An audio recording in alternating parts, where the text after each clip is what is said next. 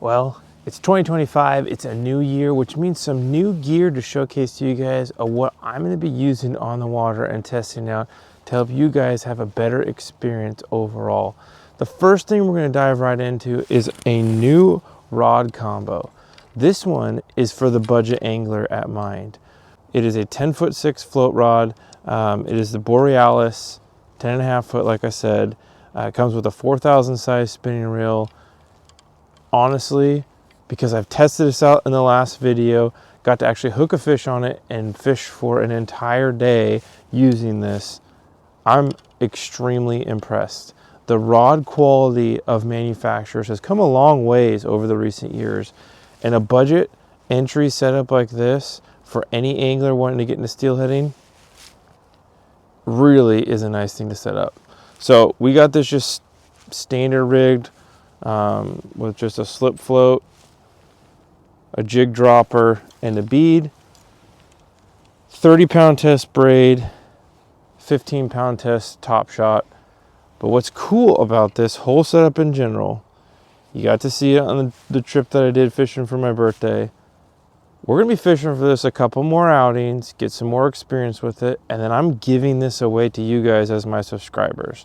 So I'm really excited to get the chance to do that for you, but really get to test this thing out because I've been so impressed. I may go buy another one myself, but as just a thanks for all that you guys are doing for me and where we're at with Holy Moly, definitely want to give you guys an opportunity to win this. So you want to stay tuned to this channel and subscribe to make sure you don't miss out on that giveaway. But overall, I fished with this. I really, really like it.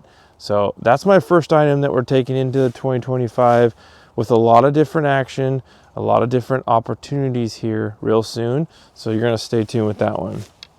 Now the second item is actually the braided line that we have on this.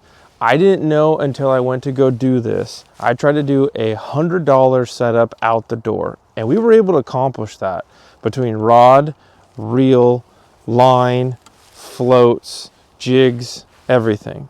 Okay, it was just about $100, and I was actually really impressed to be able to do that.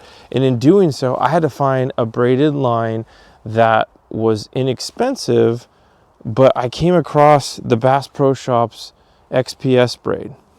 Never heard of it myself. A lot of the times these big manufacturers actually have their lines done by a bigger name company, and then it's rebranded under their own. So I'm not sure exactly who makes the XPS Braid, so it may be just one of the regular companies that we're all used to seeing. What I can tell you, okay, this is what impressed me. For the $12 of that 150-yard spool, this fished very well. Now, one outing doesn't give a lot, but at the same time, it does give a little snapshot into what we're looking at. This is a braided line that's going to allow for the budgetary angler not to have to break the bank. I mean, again, if out the door I can spend $100 and have a whole setup and I'm ready to go, I don't have to spend $30 to set up a reel just for the line on top of what I spent to buy the reel. So for $12.99, I believe was the cost on the braid, it's actually worth trying, especially if this will last this season. Replace the braid next season. But 30-pound test. One of the things I am going to be looking out for, and this typically happens with some of the braid companies, is does it lose its color? Is color important to a fish? No. Yellow going to white, it's not a big deal. But I'm going to be looking at how the braid material itself interacts over time. Does it start to fray? Does it split apart? Because typically these are wound together as multi-carrier braid. Do we start losing that strength? So going to be fishing this a lot more to show you guys it, but yeah, for what it was and the inexpensive cost, it's awesome for that price. Something to keep in mind too. Okay, both of these, number one here and number two items, they are the Cabela's and Bass Pro Shop brand. Why that matters is because if there is any issues with that stuff, you can go take that back. Take that back and leverage the warranty. If you broke a rod, if you buy the extended warranty, that benefits you, yes. But if there was a problem, they're probably going to be more apt to help you out to continue your business. So definitely something cool. feature-wise about those. But yeah, that's 2 items. Okay. Now number 3, we're gonna go inside because it's cold out here, and we're gonna check that out. Now there's something to be said about a new lure for the new year, especially when it comes to something as good as the Wicked lure. There is a new color in town, the purple with the blue blade. Now let me tell you guys, one of my favorite lures of all times, you guys know and seen on the channel of fishing these things with success for all species of trout, salmon, and steelhead.